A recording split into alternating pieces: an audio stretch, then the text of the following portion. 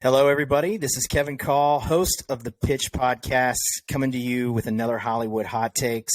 It's February 2nd, and we are going to dive more into the big DCU, James Gunn, Peter Safran announcements from the other day. And I've got a special guest with me.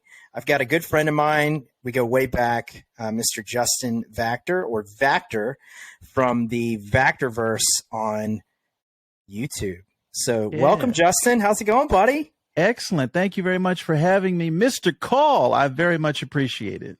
Yeah, absolutely. It's for those who don't know, and we don't really talk about this, or at least we haven't. Adam alluded to this on our last big pitch episode about how we used to do this a long time ago. And Justin actually was one of the OGs a long time ago with Fuse Film, Entertainment Overload. We had a lot of other things at that time. So it's been a long time since you and I have podcasted together, hasn't it? I was trying to think, when was the last time? And because we never had like a final episode. So I want to say like 2008 or 2009 was around the last time we podcasted together. So yeah, it has been a minute.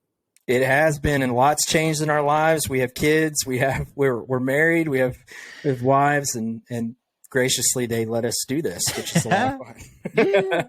So anyway, well, awesome. Well, thanks for joining. I want to dive into this big announcement that came out the other day. There's a lot of big stuff. I know you've been talking about it on your channels. We did a hot takes the other day, just sort of recapping sort of the news with a few thoughts around the Gods and Monsters title and just sort of what that means thematically and maybe what they're trying to do.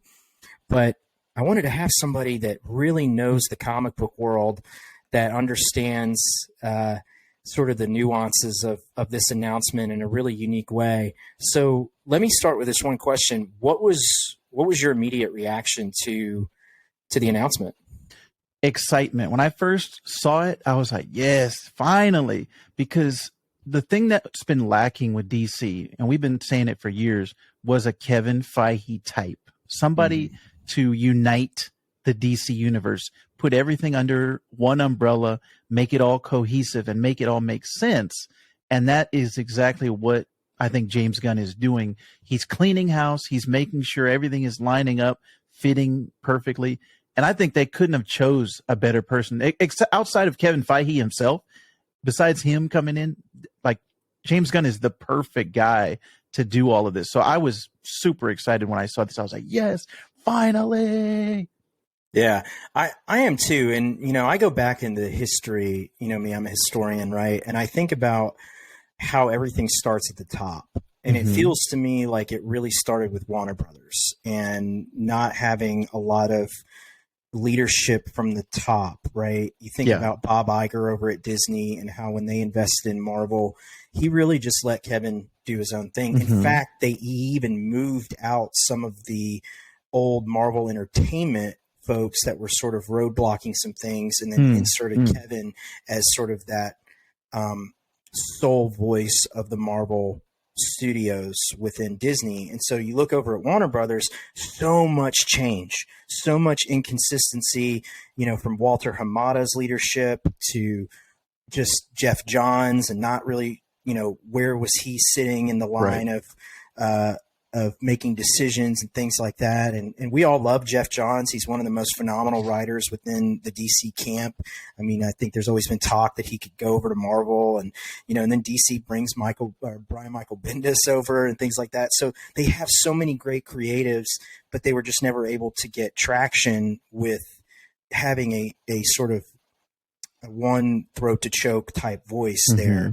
Right. So I really got to give credit to, David Zaslav, the new CEO of Warner Brothers, after Discovery came in and purchased Warner Brothers, to have that vision to say, hey, this is fragmented, this is messed up, and I need somebody who really knows how to do this, and to go and get Peter Safran, who is a great business mind, who can, as Adam put it in our pitch podcast, have those EBITDA, ROI conversations. But then you've got James Gunn, who has seen how it works within the Marvel camp with Feige, but can bring his own flair, his own version of the MCU to do what's best for DCU.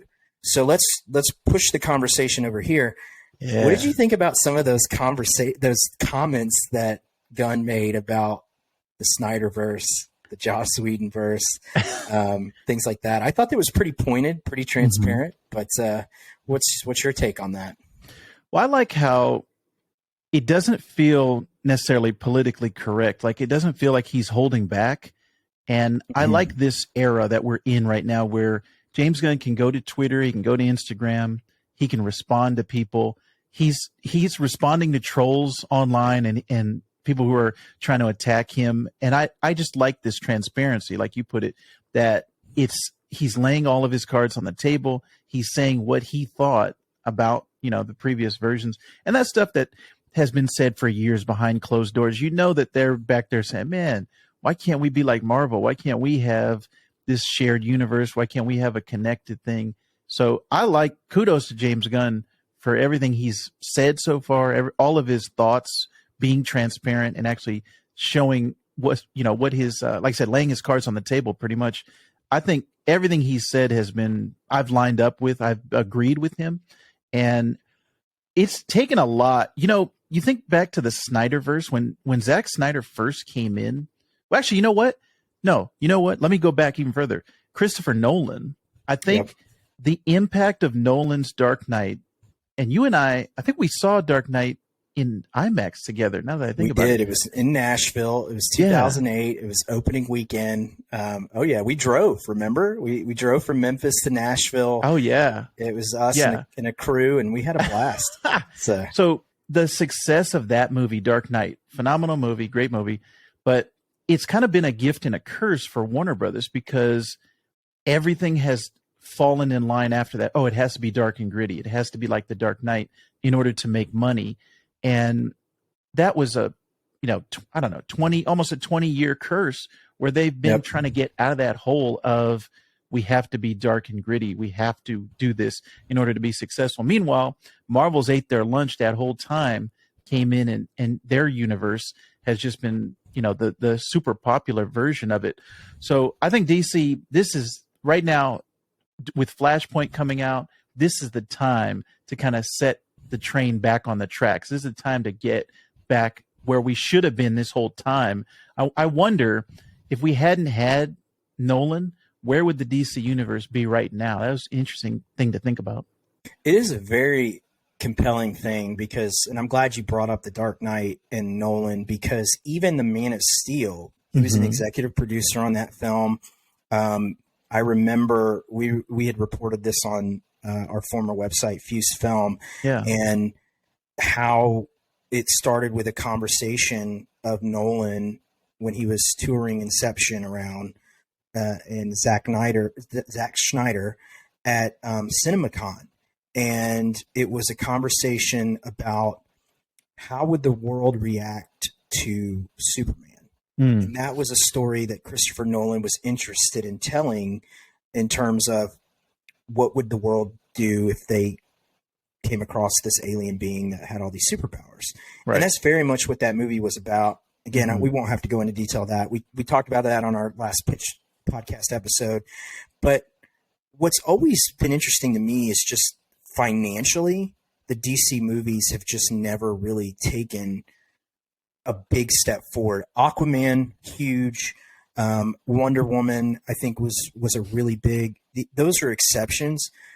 But the fact that a Superman movie can't even make what an average Marvel film makes is just strange to me, because of all the good that Marvel's done. We know that Marvel has some crap movies too, right? the first Thor film wasn't great, but even their worst film still does well financially. And I think it's because people want to know how it all connects. How does this story set up for the next story? The Eternals wasn't a very popular movie when it came out. I actually just saw a story yesterday, though, that it was the most streamed movie on Disney Plus in 2022. Oh, wow. So people probably caught on to that movie after the fact. So maybe it has some legs on the streaming market, which is That's interesting. Good for that. Yeah. It'll be interesting to see how Marvel uses all that data continue to figure out how to incorporate the Eternals. But Yeah. we'll talk about MCU in a separate podcast. But it's I think this is, and I keep saying this, if you're a DC fan, now is the best time to be a DC fan. Yes. And I grew up a DC guy. Superman was my first experience with a superhero. I didn't grow up with Spider-Man in my household. I didn't grow up with Captain America. It was Superman. Yeah. And then Batman, 1989, right? We all know the Keaton, Jack Nicholson era of Batman. It was everywhere. You couldn't get away from it. The marketing on that was huge. Yeah, it was huge. And then you have our livelihood where we grew up, and it was like that movie, Batman Returns, even Batman Forever, Batman and Robin with Schwarzenegger as Mr. Freeze, as campy and as crazy as those movies were. I feel like Batman really was the most accessible superhero in the world, at least in this country, during our childhood. Now, everything changed. Tobey Maguire's Spider-Man. Then you have 2008. You have The Dark Knight. You have Iron Man. Yeah, and that was a huge year. Yeah. But the last 12 to 13 years, though, it's been Marvel. I know so many kids that don't care about Superman anymore. Right. They don't care about Batman anymore. It's, I want an Iron Man suit for Halloween. I want to wear a Hawkeye outfit for Halloween. I want to dress up as the Hulk. So I feel like there's some branding that's going to come along with this new DC universe. Yeah, so, man, I hope so. Yeah. That's some of my hot takes, just kind of reacting to the announcement. But let's dive in deeper. So Gunn announces Chapter 1, Gods and Monsters. Yes. What was your thoughts when you heard that immediately? So immediately I was like, oh, Chapter 1. That's not like the phases of Marvel. Chapter 1. Okay. It's not a saga. It's just a chapter. Yeah. This is interesting. And then Gods and Monsters is a 2015 animated movie that Bruce Timm produced. And I was like, how is this going to relate to that? There's no, in the announcement, there was nothing specifically calling out that movie or saying like, we're going to tie it in, but just that name, Gods and Monsters, I thought was kind of an interesting branding. Now, with this first set of announcements that we're going to talk about, there wasn't anything specifically that I was like, oh, okay, this is the Gods section, this is the Monsters section, but we know there's going to be more that's going to be announced later on. So that's going to be interesting to follow. How do they tie in that naming, that branding of Gods and Monsters? But when I was listening to his announcement, first of all, I love that video that he put out, that little 5-minute video that he posted. And I wasn't part of, unfortunately, I wasn't part of the press that got to go and interview him and do all that stuff on Monday. I was like everybody else on Tuesday hearing all these announcements. So when I heard it, I was like, okay, this is interesting. This is what I want. I kind of wish they had gone a little bit further on the reboot or the hard reset and say specifically Flashpoint is the reset, which in the comics, Flashpoint was when they reset the whole comic book universe, restarted every book over at #1, which they had never done that before. Action Comics, Detective Comics, those had been going, since the 40s, and they had never renumbered them. And then so with Flashpoint, they reset everything. I wish they had did that with the movies as well and said, okay, guys, Flashpoint or the Flash movie, because I aren't even calling it Flashpoint, but the Flash movie, the Ezra Miller Flash movie is resetting everything. Everything from here on out is a new universe. Forget the Snyderverse, forget, all those other things. They still exist, but this is the new. So yeah, it seemed unclear. I did see a lot of chatter on our social media channels. I saw it on your comments and things like that from your channels as well. People are still a little hazy on those details, and especially given the release order too, because the Flash comes out before Aquaman and the Lost Kingdom. Now, we've learned from Marvel that things can be have a release order, but chronologically, they come before or after. It depends on all that. So maybe the events of Aquaman and the Lost Kingdom will be impacted by the Flashpoint events that'll happen in that Flash movie.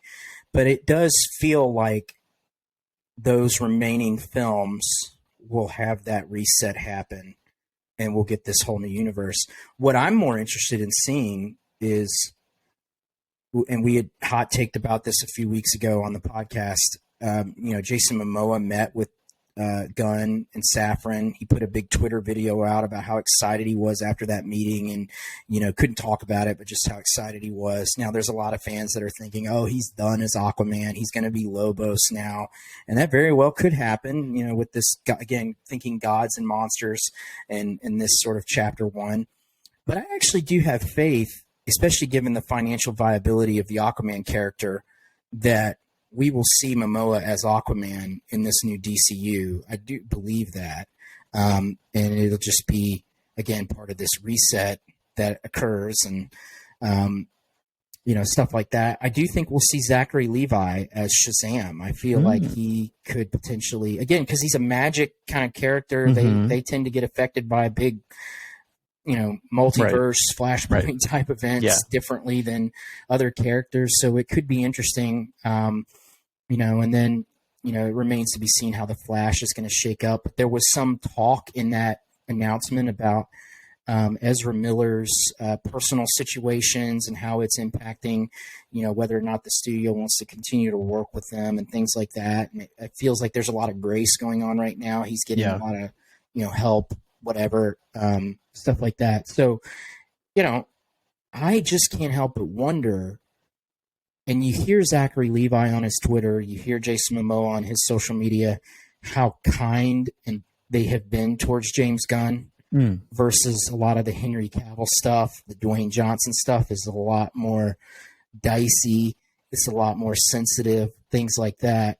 So you just can't help but wonder politically, are these guys, maybe sucking up to their new bosses to some degree because maybe they have a future and some of these other people don't. Right. So trying to read between the lines, but I'm with you. I do feel like there could have been a little bit more clarity around how those movies, at least the future of those characters will fit into this.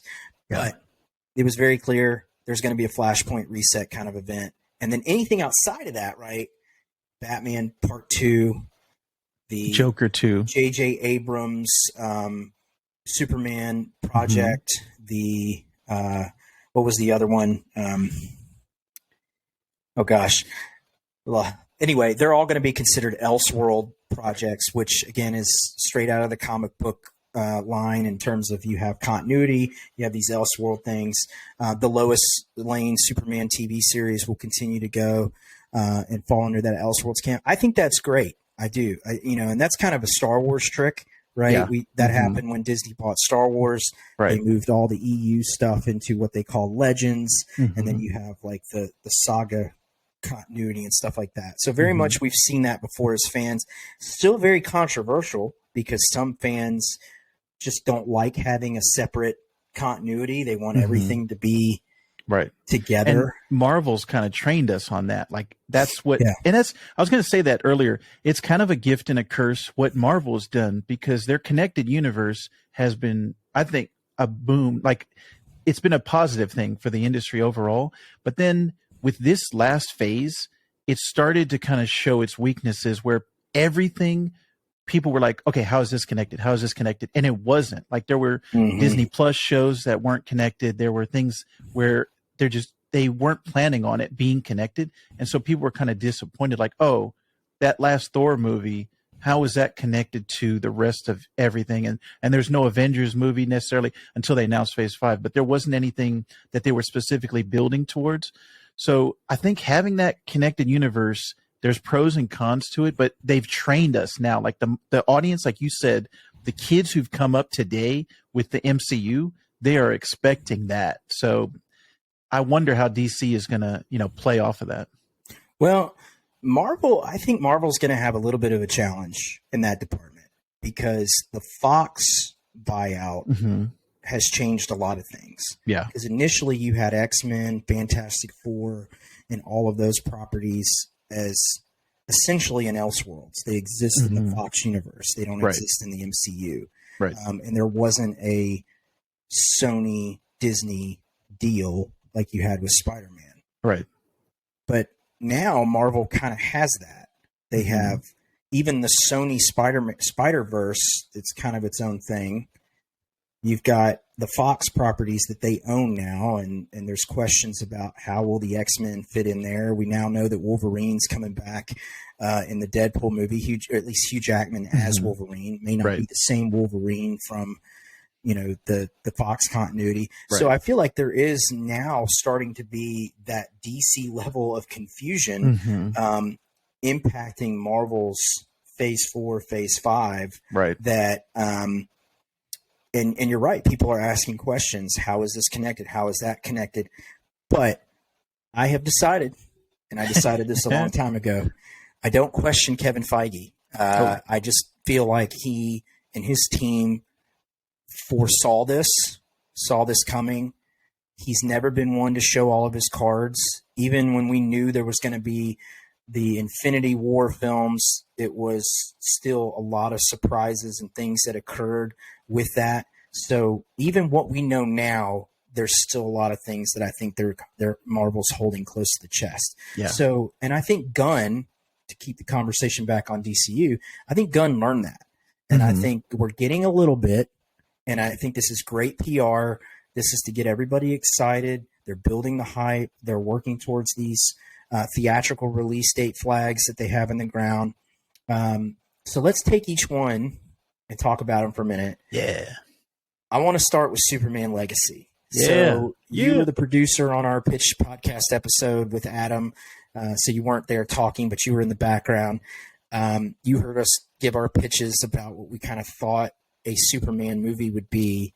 I got to admit, I never imagined a title like Superman Legacy. I feel like that's really interesting, along with the announcement of who the writer's room is for this DC universe.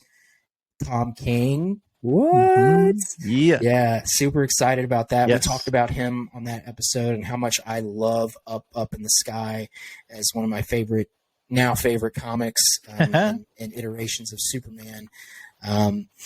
So what did you think about the Superman Legacy announcement? And it feels like that's going to be a very important film in this new DCU. Yeah. He said specifically, this is going to be the start of the new DCU. Whatever Flash changes, it's going to be leading into this Superman movie. I'm like you. I grew up with Superman. That was, I think, my dad's favorite character, and he passed it on to me. I grew up on the Christopher Reeve Supermans. I was a huge Smallville fan, the Superman animated show. So I want Superman to get a place of prominence back where he used to be, because I think a lot of kids today don't respect Superman. They don't think, oh, he's too overpowered. He's too, not relatable. He's too much of a god. And I've been fighting that battle for years with my comic book friends of, no, he's not. He can definitely be relatable as a character that has endured how many years, and he's going to continue to endure. We just need great stories like Tom King showed us. And I've always been that way. The writing and the story is number one. All of these characters are flexible and malleable. They can all be shaped to what we need them to be, but the people behind those stories are the ones that matter. And getting Tom King in there was that was a master stroke. And everyone that they announced that had worked on Watchmen and a bunch of other things, I'm in favor of. There wasn't any name that I heard that I was like, ugh, why is that person there? So having Tom King in particular was fantastic. And we're going to bring up Tom King a little bit later in what I think is my most anticipated of these announcements. But for Superman Legacy, it's interesting that they're going to be taking it back to a younger Superman. And that's specifically why they said Henry Cavill, he wasn't fired, but he just wasn't hired. If you think about that, I'm the same age as Henry Cavill. So I'm like, man, I missed my chance to be Superman. But I think I think you would be great as a Superman. So Yeah. Thank you. I got the glasses. I could do the Clark Kent part. You could do the Superman part. Yeah. Cool. I think a younger guy is the way to go. That we haven't heard any casting. We do have a date specifically in 2025, but I haven't heard anything about directors or casting. So I think a younger guy is the way to go, and maybe like Brandon Routh, and even with Cavill, like an unknown actor, not somebody. We don't need Tom Cruise in there. We don't need who's the latest boy band, whoever. We don't need a young guy, Zac Efron. We don't need those guys. Harry Styles. Harry Styles. Like yeah. We don't need those type of guys. We need a unknown guy, but just somebody who has acting chops, like somebody who can bring the gravitas, and then also usher Superman into this new age. Because what is Superman in 2023? That's an interesting question, because over the years, he's changed. He is not the same character he was as when he was introduced in Action Comics #1. That's not the same guy that was stopping murders and thugs and wife beaters back then. This character has changed, but Grant Morrison put it perfectly. If you ever have a chance, Super Gods by Grant Morrison, fantastic book where he talks about how superheroes are the modern day mythological legends and things for our modern age, but also that Superman as a character or as an idea is something that is more powerful than anything else, because he existed before you and I were born. He's going to exist after we're gone from this mortal plane. And it's because of people's belief in Superman and just the idea and understanding of that character.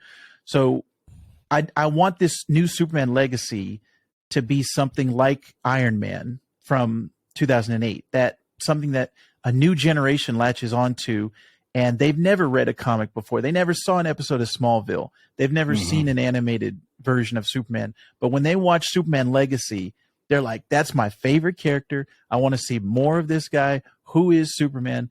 So I think this is going to be a fantastic start. And specifically, James Gunn talking about how he's currently writing it at the moment, how Superman meant something to him. And that, I think, as a writer, is an important piece, because it's not something that, oh, here's Superman, we're just going to hand it to James Gunn and go write us a script and come back. He's like, no, this means something.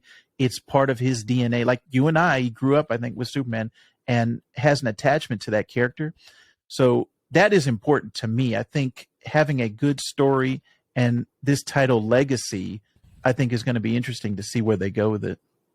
Yeah, I mean, in one of the comments made by Gunn, he specifically referenced the truth, justice, and American way ideal of Superman. And I'm like unpacking that in my head, and I'm thinking, man, that's kind of an old idea today. Oh yeah. It was old back. Remember the Brandon Routh movie? They were like, they edited it. Oh, it's truth, justice, all that stuff. Yeah, all that stuff. They didn't even want to reference the American way. And I get that. Like, there's a lot of sensitivities on and perceptions on what does the American way mean to somebody now. Right. The U.S. is a cultural melting pot. And, there's a lot of divisiveness in this country. There's a lot of those things. But I think that actually just makes a Superman story in 2023, present day, that much more compelling. Again, going back to Nolan and answering that question, how the world would react to this Kryptonian and that they're not alone. I think you take that idea and you expand it. Now it seems like you're going to have, or he's already been here. He's already announced himself to the world. He's active in Metropolis and things like that. So we don't get that. How does the world react? It's more so, how has the world been reacting? And this ideal of Superman, and this old-fashioned idea, which I feel like Marvel did a lot of similar things with Captain America. Oh yeah. In that he's this Boy Scout, he's this soldier, this, essentially our grandparents, but like, a young guy set in modern day because of the whole Frozen and Ice thing.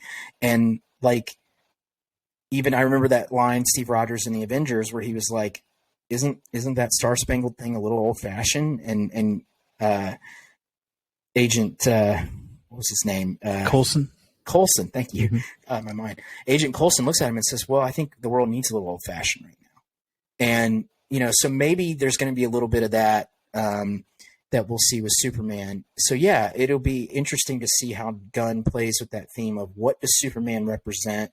What does it mean to all these people in this world that he's going to craft? And then ultimately, how does that inform the story that he's going to tell? And he's not been shy about a lot of the different books that he's been reading during his journey to figure out how to explore this character. Up in the Sky is one of them. You sent me a picture the other day of one of the other books he was reading. So he seems to really be deep diving into a lot of really great source material to really find, the sweet spot of the Superman legacy character.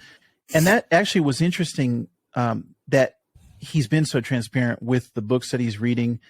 And this announcement, they showed specific comic images. Now, they weren't related necessarily to like a one-to-one relation. Like for this Superman legacy, they put front and center All-Star Superman. And that's one of my favorite, if not my favorite Superman story of all time. But that art paired with Superman legacy. And I was like, that's interesting, because that book is not a legacy. Like it's about Superman. He's already existed and he's this powerful idea, but what happens at the end? Almost, it's like the end of Superman's journey rather than the beginning. So that was interesting to pair that together. And as we talk about these other titles, we'll talk about the comic images that they released. But yeah, I like the transparency of him showing these are the books I'm reading. And again, I don't think we got this back in 2008, back in 2006 when Superman Returns came out.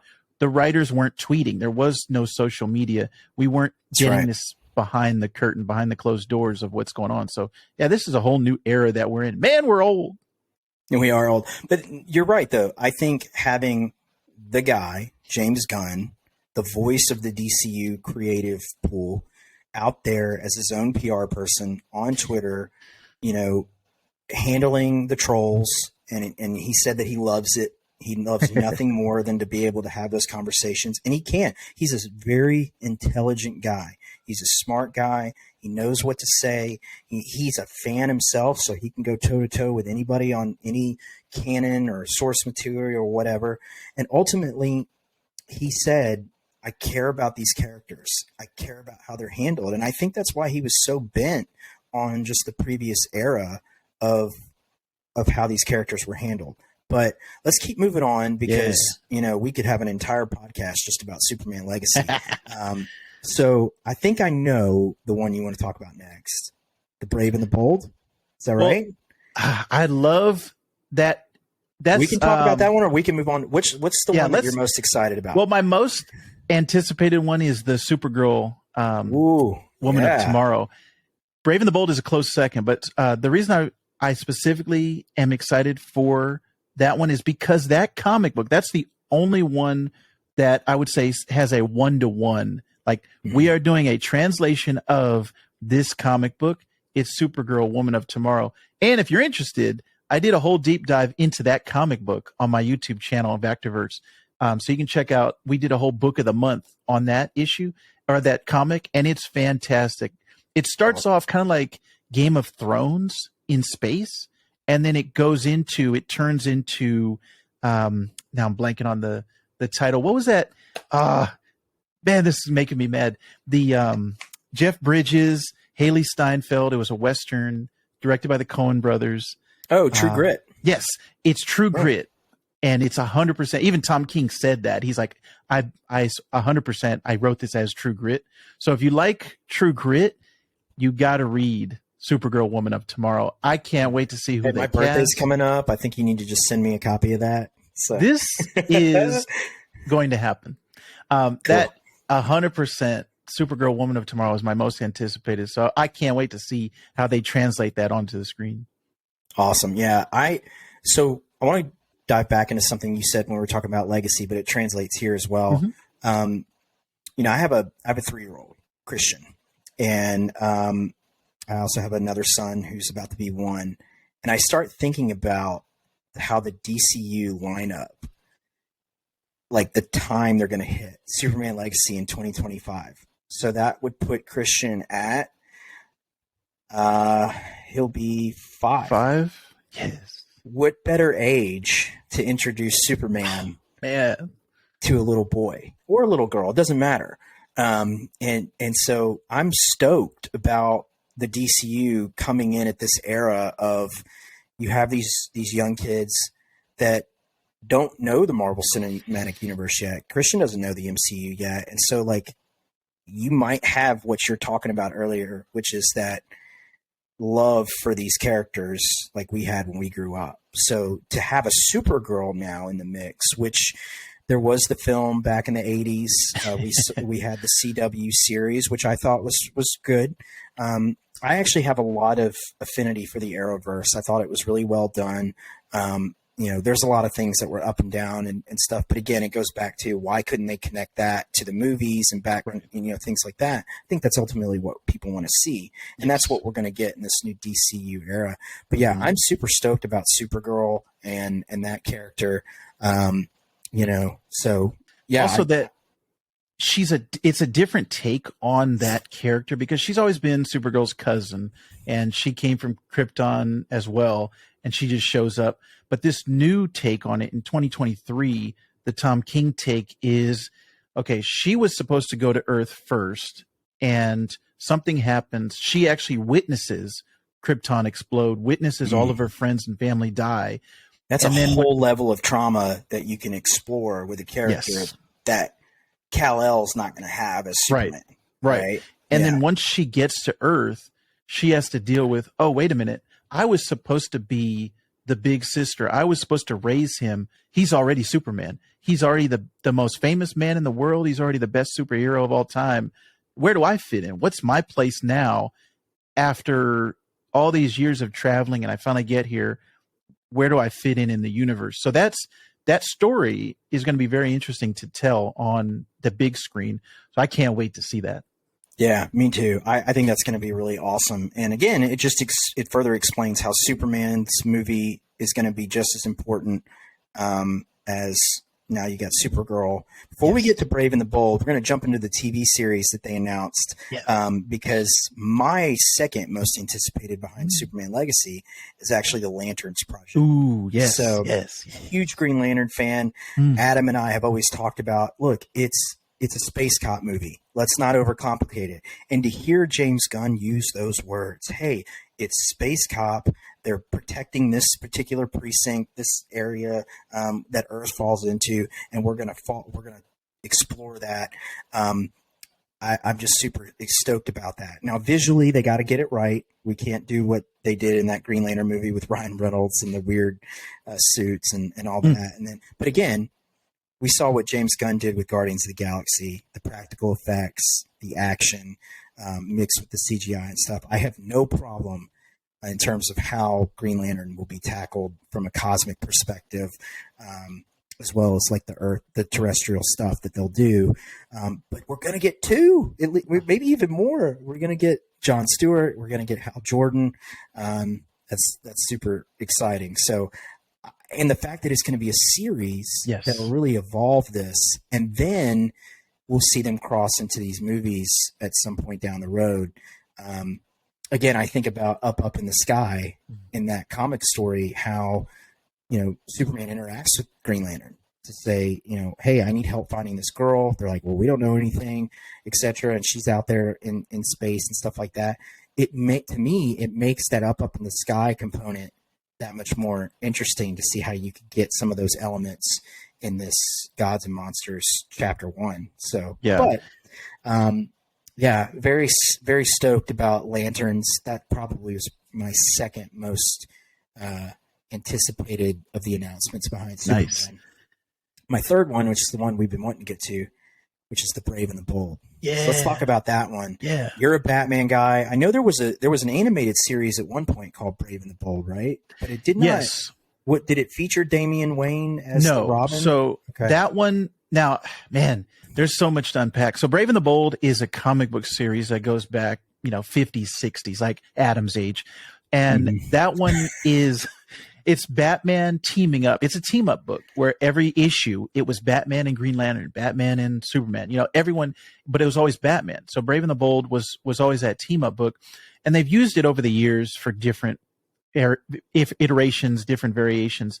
But that show was also kind of a team up show, and it had Diedrich Bader as Batman. So instead of Kevin Conroy, like it was a completely different take on it, but it showed you Batman is flexible. That character doesn't have to always be dark and gritty. He can be light. That Brave and the Bold show, which I 100% recommend. If you haven't watched it, I went and bought it on iTunes at the time when it came out because I was like, this is fantastic.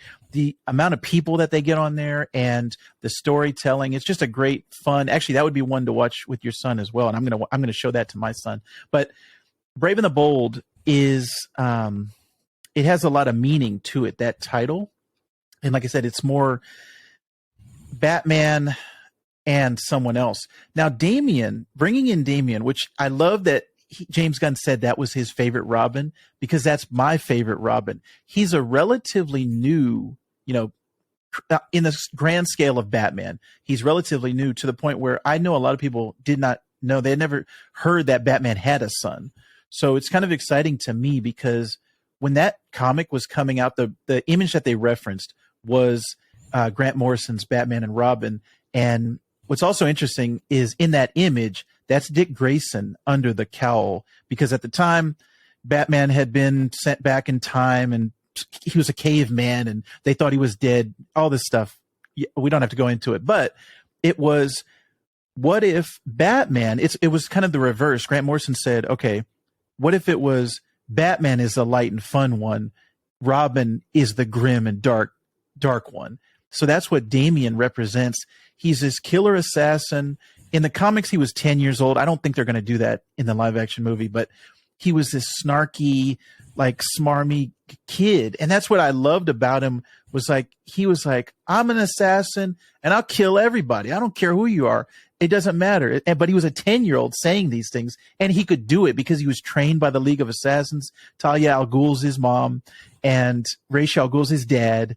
I'm sorry, his granddad. Batman's his dad. So it's like he's got a lineage of coming from these great warriors, assassins, martial artists, and he has actually evolved in the comics now to the point where he's a little bit beyond this. Batman's influence has come a little bit more on him. But when he's first introduced, he's just a killer. He wants to kill everybody. He doesn't care who you are. And like I said, he has the training to do it. So I can't wait to see how they do this in live action. I can't wait to see who they cast as Damian. Yeah, it's gonna have to be a really good casting job. They're gonna have to really find the right person that can pull that off. I'm more interested in the Batman character, to your point. Yes. Are they gonna lighten him up a little bit? I think they will. You know, the darkness of Damian Wayne, but it seems like it's going to have a little bit of that Lethal Weapon, you know, buddy cop kind of concept to it, which if you think about it, that does line up with the story.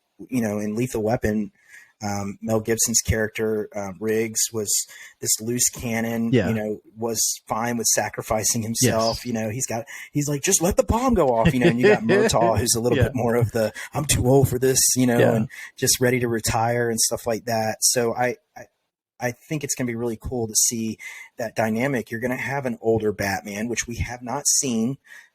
We saw a little bit of that with Batfleck in the Snyderverse, but he was more of a loner. All of his friends are gone, you know, and he's reacting to the Superman showing up as well as we are. But no, he just wasn't fun, you know. And I get it, like Batman. The core of Batman, he's not somebody that you invite to Thanksgiving dinner, you know, like he's not a very fun guy to want to hang out with. And, but to see him at this age where he's got a kid who's definitely not fun and definitely not somebody you want to invite to Thanksgiving dinner, it's going to be interesting. But it's also going to be interesting to see like how they set this up within the world building. Right. So you're already going to have a Superman who's active. You're going to have a Supergirl who shows up.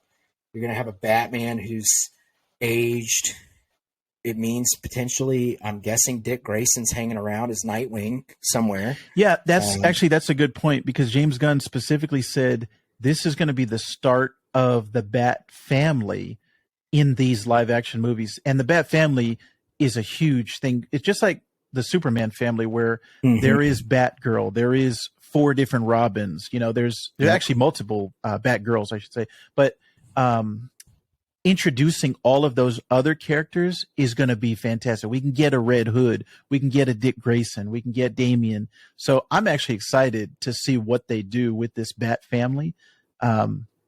It is going to be interesting to see how they do it, because in the comics, Damian is introduced way later down the line of the family. Like there's all kind of family members before Damian.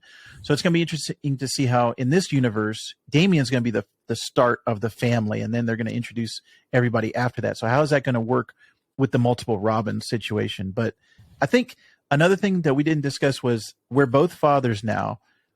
Watching Batman with his actual son is going to be different. Just like with Superman in the comics right now, Jonathan Kent is Superman's son, and they've done a whole thing about, they aged him up where he was a kid, now he's a little bit older, and he actually took over the mantle of Superman for a little bit. So I was interested to see, were they going to go that route and have Jonathan be the Superman? But no, they're going to do Clark first before they introduce Jonathan. So I like this lineage now of, what does it mean to have these iconic characters be fathers, and what does it mean to be the son of Batman, the son of Superman? So all of those things are interesting to me, because I'm a father now. I didn't think about those things in the same way that I think about those now. So I'm excited to see how this Brave and the Bold plays out. That's awesome. All right, so we've talked Superman Legacy, we talked Brave and the Bold, we talked Lanterns, we talked Supergirl.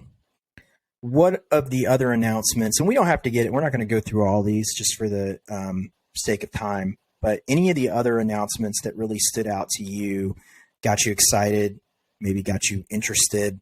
I'll pick one, and we can dive into yours first. Yeah. I've always liked the Amanda Waller character. Yes. So to have the Waller series, I'm really stoked about that. I actually haven't finished Peacemaker yet, but I like Amanda Waller. She's this morally ambiguous character. Yes. She sees the world as it is, not as she'd like it to be, or as anybody would want it to be. And Viola Davis is like, I can't imagine anybody else playing Amanda Waller. So to see her come back, to take on that role, have that series, it's like, I'm excited about. That's one that I'm really excited about as well. But yeah, what about you? Anything else jump out at you?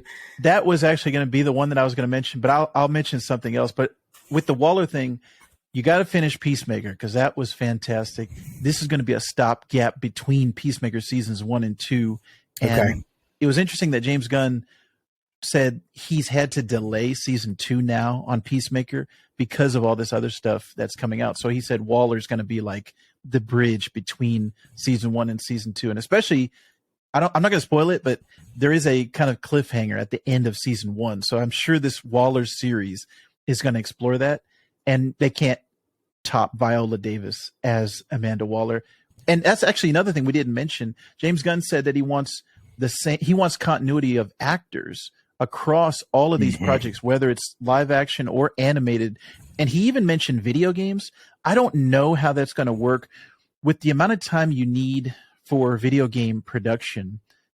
I don't know how that's going to work specifically, because they already have this Justice League Suicide Squad game that's about to come out, and that already has a cast of characters. Even Kevin Conroy is in that as Batman. Shows you how long the production cycle is on these games. But Tara Strong is Harley Quinn. It's not Margot Robbie. So how is that going to affect the future of these video games? But I like having the same actor. It just makes it feel more cohesive to have Viola Davis as Amanda Waller in the show, and then making other appearances. So I think that's going to be interesting. I'm 100% with you. I think Waller is going to be fantastic. But on top of that, my other one I would say I was most anticipating is Booster Gold. And yes, I want this to be like Guardians of the Galaxy was for Marvel, where those characters outside of comic books, nobody had ever heard of Guardians of the Galaxy. You can't tell me you knew who Groot was before James Gunn's movie. Yeah. So, and the fact that Gunn made Groot and Rocket and those characters likable and interesting and accessible to people. I'll use my dad, who had no clue what the Guardians were, and like he will tell you that that's probably one of his top 2 favorite Marvel films. Yes. Because it's action packed, it's enjoyable, it's all the things that my dad likes in a movie, right? And so, to me, that's a measure. That's a measure of success for anything. Is if somebody's dad or mom who is not the core comic book audience, but just wants a good movie or a good show that's entertaining and is worth the time investment they're going to give, like that is what you're going to get. And I think Booster Gold, 100%. I'm glad you brought him up, because the iterations we've had of Booster Gold in some of the, I think there was some Smallville episodes where Booster Gold shows up. I don't know if we saw him in the Arrowverse at all, but I love that character and the time travel aspect of him. It's going to be really interesting to see what that opens up, for the rest of this chapter 1 that we haven't heard anything about yet, but how it's also going to influence the other films and shows. Yeah. So, because now we haven't gotten Kang yet in the Marvel Universe. We're going to get him in Quantumania coming up here. Baby, I'm ready. And he's the opposite of Kang, where I guess he's the flip side of Kang. Kang comes from the future back to the present to take over, to rule the present. Mm-hmm. Booster Gold comes back to be a hero. So what he does is he steals a bunch of technology in the future, comes back to the present, or to the past for him. Mm-hmm. And he's like, hey, I'm a superhero, guys. And all he's doing is using future technology, but he wants his name to be legendary in the future. So he has these good intentions, but he's kind of a screw up. And so I want this movie to be like Guardians of the Galaxy, where it introduces him to a wider audience. And someday somebody's like, oh, or like Iron Man. Mm-hmm. Everybody, like Iron Man was like a C-level character before. Yep. Now he's an A-lister. Like, you cannot say Iron Man's not one of the top characters in the world.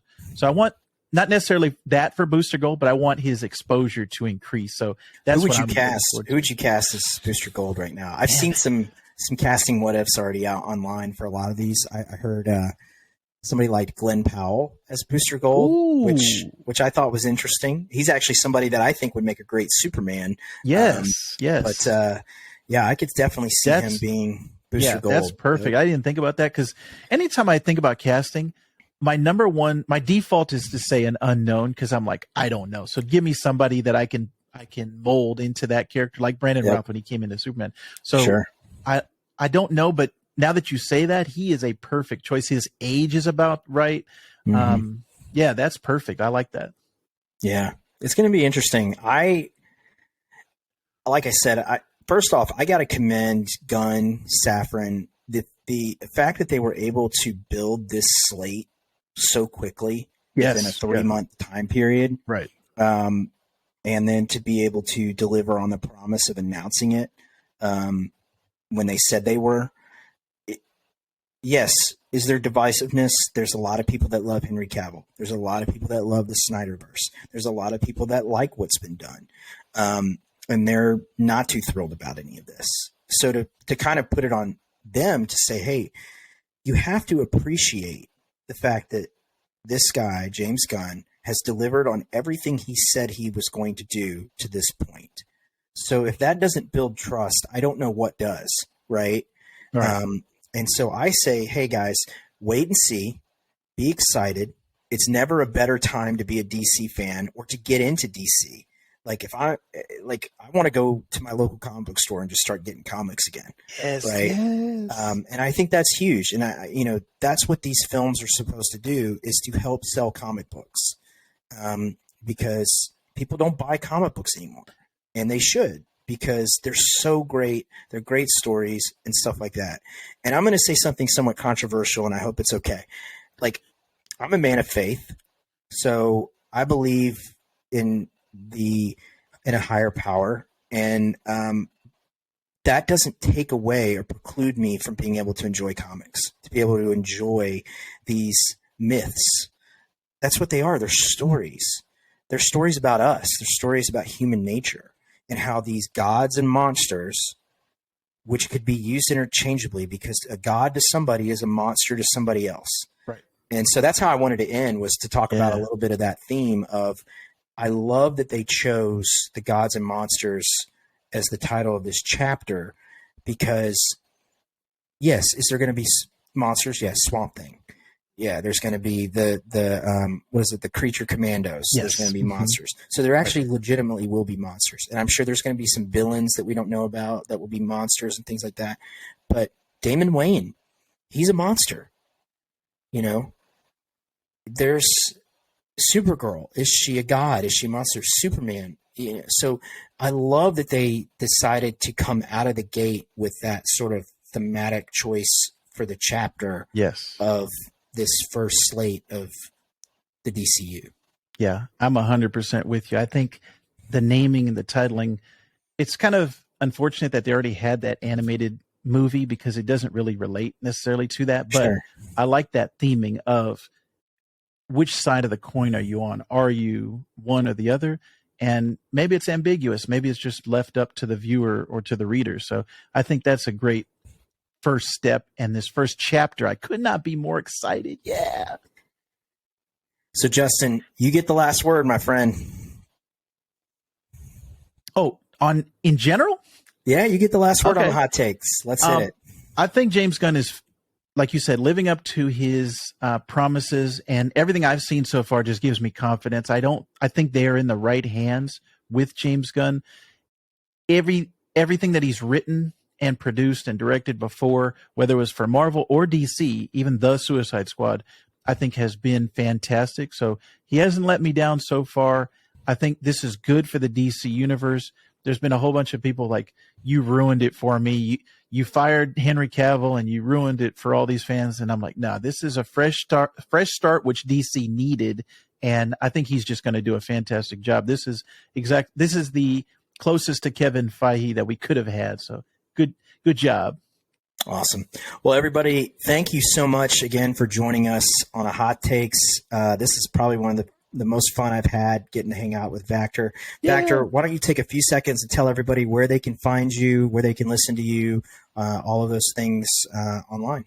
Yeah. Well, you can actually check me out on my YouTube channel, The VactorVerse. I've just recently gone through a little bit of rebranding with my comic book podcast. I changed the name to The VactorVerse podcast. So now you can find me kind of across social media as The VactorVerse. And we're talking about comics. We're talking about interviews with people, how they got into comics. And it's a whole lot of fun. So check me out across social media in The VactorVerse. Awesome. Thank you, Justin. And for everybody, quick announcement. We will be recording this weekend coming up. We're going to do our next big pitch episode. And it's going to be, we're going to move away from Marvel. We're going to move away from DC. And we're going to tackle another fan base, another divisive universe, Star Wars. A lot of stuff going on with Star Wars right now, with Mandalorian coming off the heels of Andor, the new season of The Bad Batch. There's so much great things about the Star Wars universe. So Justin's going to be joining us. We're also going to have Rob Keyes from Screen Rant, who's coming to join that conversation. So we're really, really excited to talk Star Wars, get a little bit outside of this DC conversation, and appreciate you joining us for that, Vactor. Yes. But yeah, we will have that ready to go in a week or so. So we'll see you guys soon. Again, you can follow the Pitch Podcast on social media at Fused Film on YouTube, Twitter, Facebook, and Instagram. I'm Kevin Call. Everybody have a great week.